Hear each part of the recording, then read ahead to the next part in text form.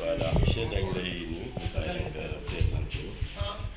waaw asalaamaaleykum wa rahmatulahi taala wa barakatu man maa ngi tudd Cheikh Dieng man maay président commission éducation fii ci commune bu Thiénaba. tey jii ngeen nekk ñu joxe li nga xam ne édition 2020. waaw alhamdulilah comme ni ngeen ko xamee tey ñoo ngi fii ci commune bi pour distribuer les fournitures scolaires de l'année 2020 bon ñoo ngi fii invité nañ collègues yi directeur d'école yëpp ñu ngi fi pour ñëw jël seen dotation donc mu nekk loo xam ni lu am solo la parce que ni ko commune yëpp di defee rek noonu la ko commune Thiénaba defee ñu ñaan yàlla jàppale ñu ci liggéey bi ba ñu def ko nu mu gën a rafete li ngeen ci jot a jot mën nañu xam lim bi nu mu toll. waaw jox ma kii bi dotation 2020 bi bon mi ngi nekk 2000 cahiers 200 pages 5000 cahiers 100 pages 4000 cahiers 48 pages 2000 cahiers 32 pages 1500 cahiers double ligne 1500 boîtes craie blanche 1000 boîtes de craie de couleur 150 journal de classe 150 registres d'appel 70 boîtes stylo Bic bleu 60 albums de lecture 60 cahiers de dessin 250 douzaines de crayons noirs et enfin 150 éponges tableau. Bon donc d'après le secrétaire mi ngi nekk une valeur de 6 millions 500 waaw 6 millions 500 bon par rapport ak année yu beesu gis nañ ni parce que daaw ñu ngi woon autour de 7 millions cette année peut-être am na baisse mais je crois que compte tenu de la situation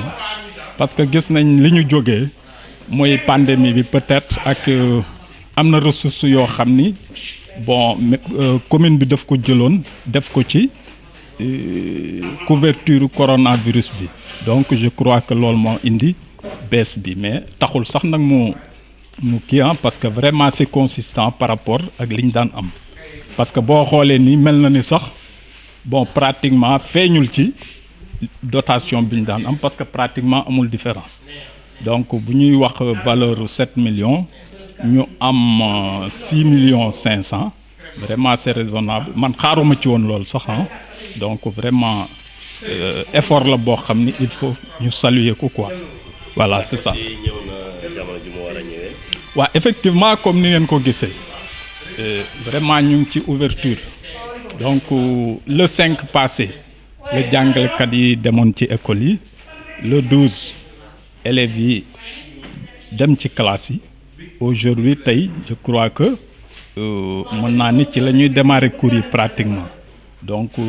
te à partir de tey normalement toutes les écoles de la commune dinañ jot seen fourniture donc je crois que vraiment ñëw na à l'heure daal donc ñu ci sant yàlla. ñëw na à l'heure répartition aussi nan la demee gis ngeen nombre de postes voilà donc répartition bi toujours c'est comme d'habitude parce que duñ ko def n'importe comment donc répartition bi ñu ngi koy def selon les effectifs parce que à chaque année bala ñuy def distribution bi dañuy dem am na benn document bu ñu jëlee au niveau de l'IEF moom la ñuy wax clé de répartition des écoles école bu ne dinañ xam effectif bi nombre de classes yi donc c'est en fonction de ces effectifs que nous faisons la distribution donc loolu du am benn problème parce que règle de 3 lay doon montant bi ñu am moom la ñuy multiplier donc sa effectif la ñuy jël multiplier ko par le nombre de cahiers disponibles diviser ko par le nombre total des élèves su ko defee day nekk calcul boo xam ne bu proportionnel lay doon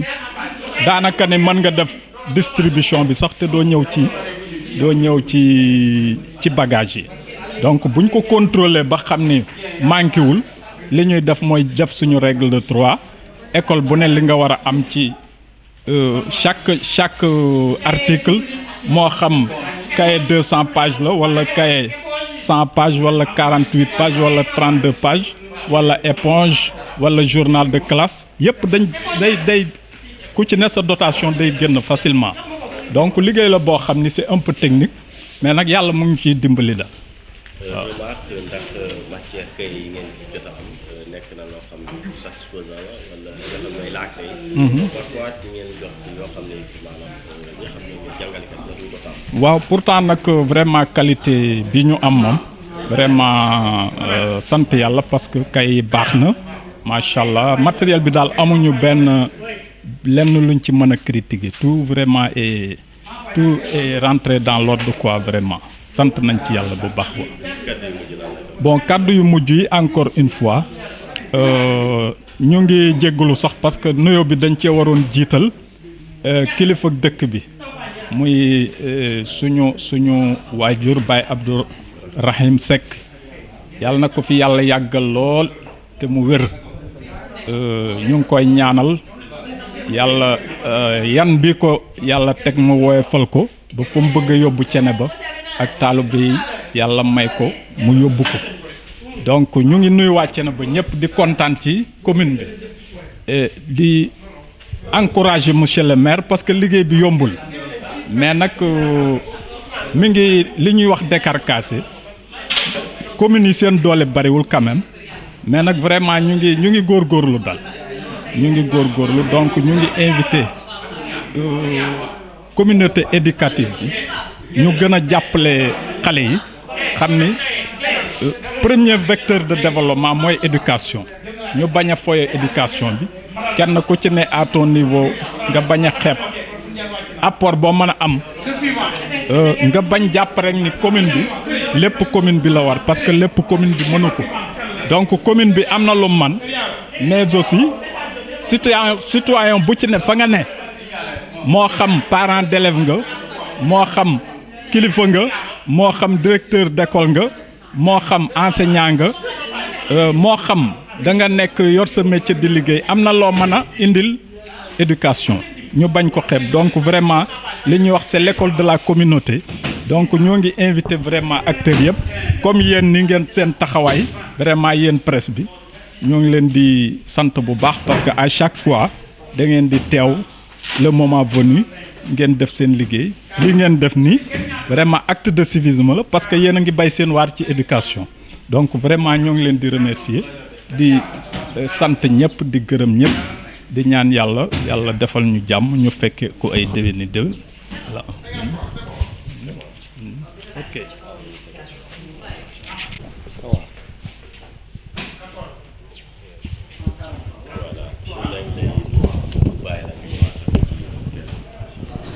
waaw man la monsieur Youssou Diouf maay directeur Bangaaj ren laa ñëw Bangaaj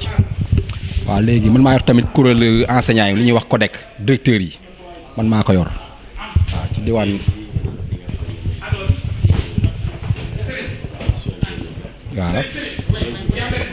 waaw lii moom bettuñu ci maire moom yàgg nañu ko baaxee nii wax dëgg yàlla waaw chaque année daal fourniture yi moom day ñëw tuwar fa kàll la mat lépp mat nag waaw ren gis nga malgré feebar bi ni mu demee ak li mu ci def lépp d'abord parce que avant lii am na lu mu defoon mooy bi feebar bi jubee école bu nekk dote na la jox la masque jox la gel jox la saabu ku nekk mu jox la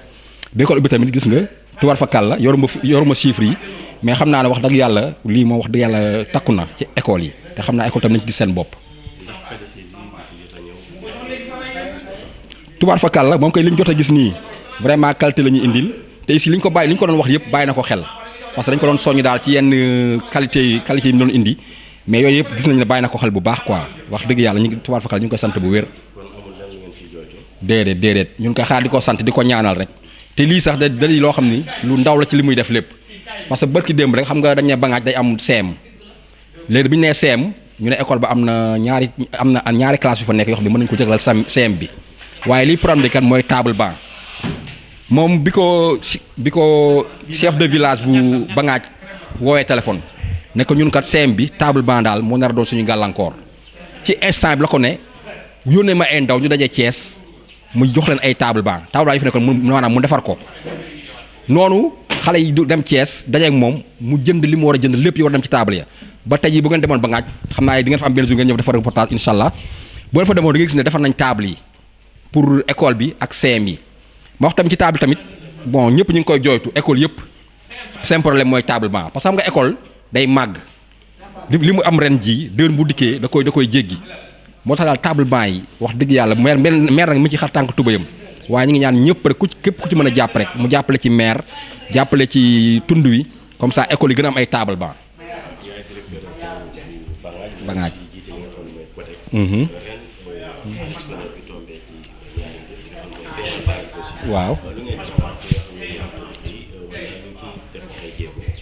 waaw xam nga at bi dafa xaw a particulier boo xoolee yeneen at yi parce que at bi mbas mi dañoo fekk ñu nekk ci ab feebar ab mbas mi waaw mbas mi tamit fekk na ab tamit cours yi tamit dañ ko teeloon arrêté waaw booy xool xale yi toog nañu mat juróom-ñaari weer ba juróom-ñetti weer yoo xam ne jànguñu ko lépp ci feebar bi rek te loo xam ne li ñu ko waxee woon sànq rek maire bi taxawuñu nañu te ba tey jii mu ñuy taxawu te parce que li mu ñu taxawuñoon noonu ba tey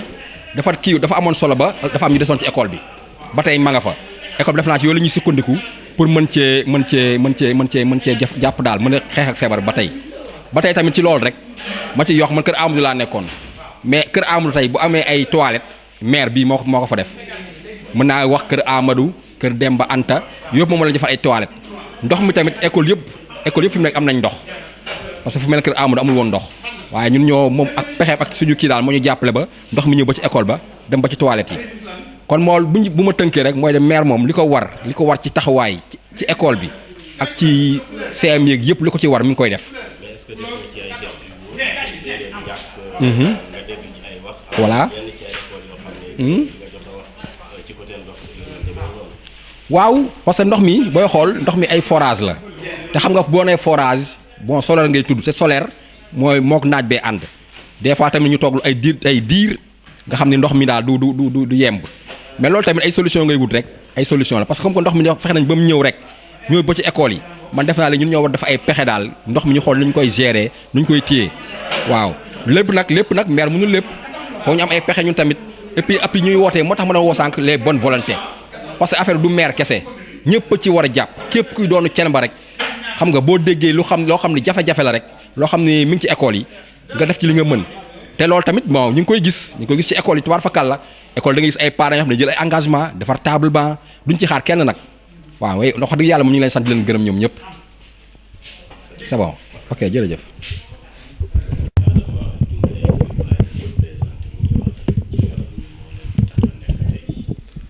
jërëjëf Ismaïla ñu ngi leen di gërëm bu baax ci occasion bi ngeen ñu jox man la Adama Diop président commission finance bu mairie bu Thiénaba en même temps chef de cabinet du maire de Thiénaba.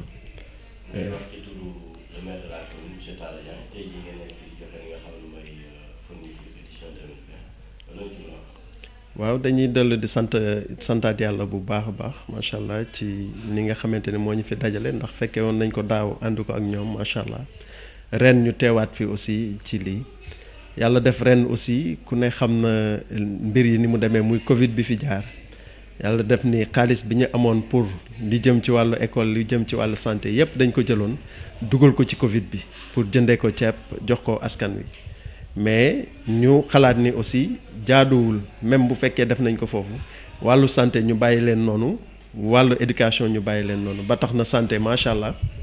yàlla dimbali woon nañu ba ñu jëndal leen garab mais tey ñu toll ci éducation jëndal leen ñoom tamit ay fourniture indil leen ko pour que vraiment élèves yi mën a jàng boo xamante ni ci année at moo xam mu mucc ayib lay doon incha allah.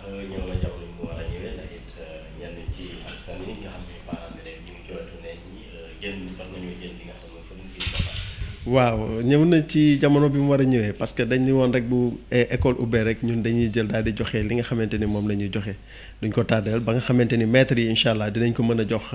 élèves yi su ko defee parents yi aussi am loo xamante ni dañ leen ko wàññil ci wàllu fourniture moo tax daal vraiment ñu jël fourniture yi mu toll nag ci lu toll 6 millions 500 juróom-benn million ak genn wàll boo xamante ni moom lañ jël jëndee ko fourniture jox ko élèves yi. 6 millions 500 daaw demoon nañu 7 millions et quelques mais comme ni ma leen ko waxee rek ren ak Covid bi fi jaaree tout ça lii sur fonds propre lañ ko defee parce que dañuy jël suñuy fonds commune bi ñu def ko ci mais dotation ba moom ba nga xamante ni moo jógewoon ci état boobu defoon nañ ko ci Covid bi waaw. ok li nga xam ne mooy ren année scolaire bi ñaar bi moo fi nekk feebar baa ngi fi. seen taxawaay. waaw wax naa ko keroog ci ubbite école bi bi ñu demee ci école yi nee naa woon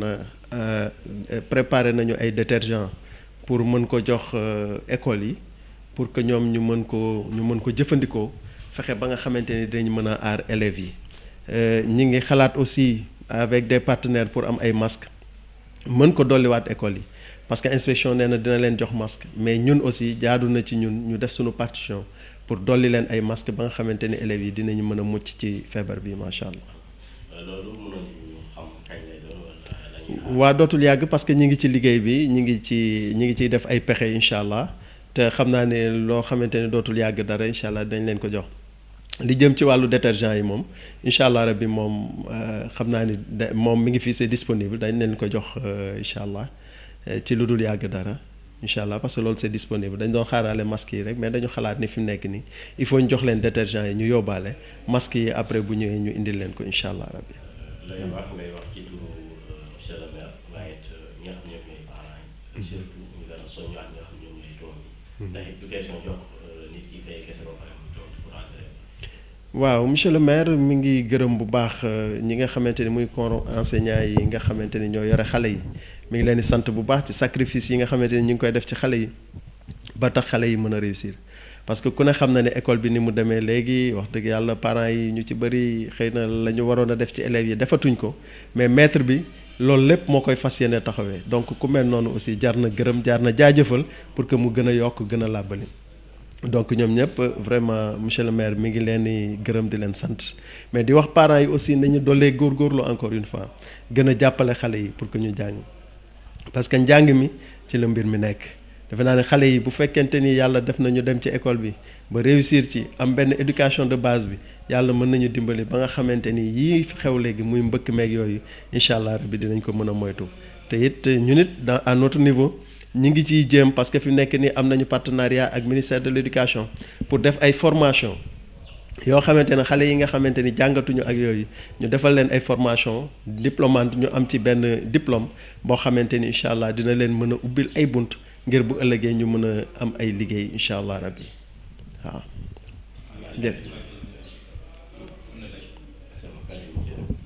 waa kàddu yu mujj yi rek dañuy dellu di santaat yàlla bu baax mais di leen sant aussi di sant réseau bi di sant gindiku ak vraiment organe de presse yëpp yi nga xamante ni ñoo nekk ci gox bi ci liggéey bu mucc ayib bi ñuy def parce que vraiment ñi ngi jàppale maire mi am partenariat ak maire bi di ko dimbali bu baax ci li nga xamante ni mi ngi ko bëgg a jotale askan wi muy egg ci askan wi donc monsieur le maire nee na mi ngi leen di sant mi ngi leen di gërëm bu baax mais encore une fois di gërëmaat enseignants yi bu baax di leen sant di leen ñaanal yàlla année bi daal yal na ko yàlla def mu doon année boo xamante ni bu année boo xam ne bu mucc ayib la incha allah rabbi xëy na yëngu-yëngu bañ a am seen satisfaction macha allah la ca ëpp ñu satisfaire ko élèves yi mën a jàng ci tey ji bakkan incha allah merci.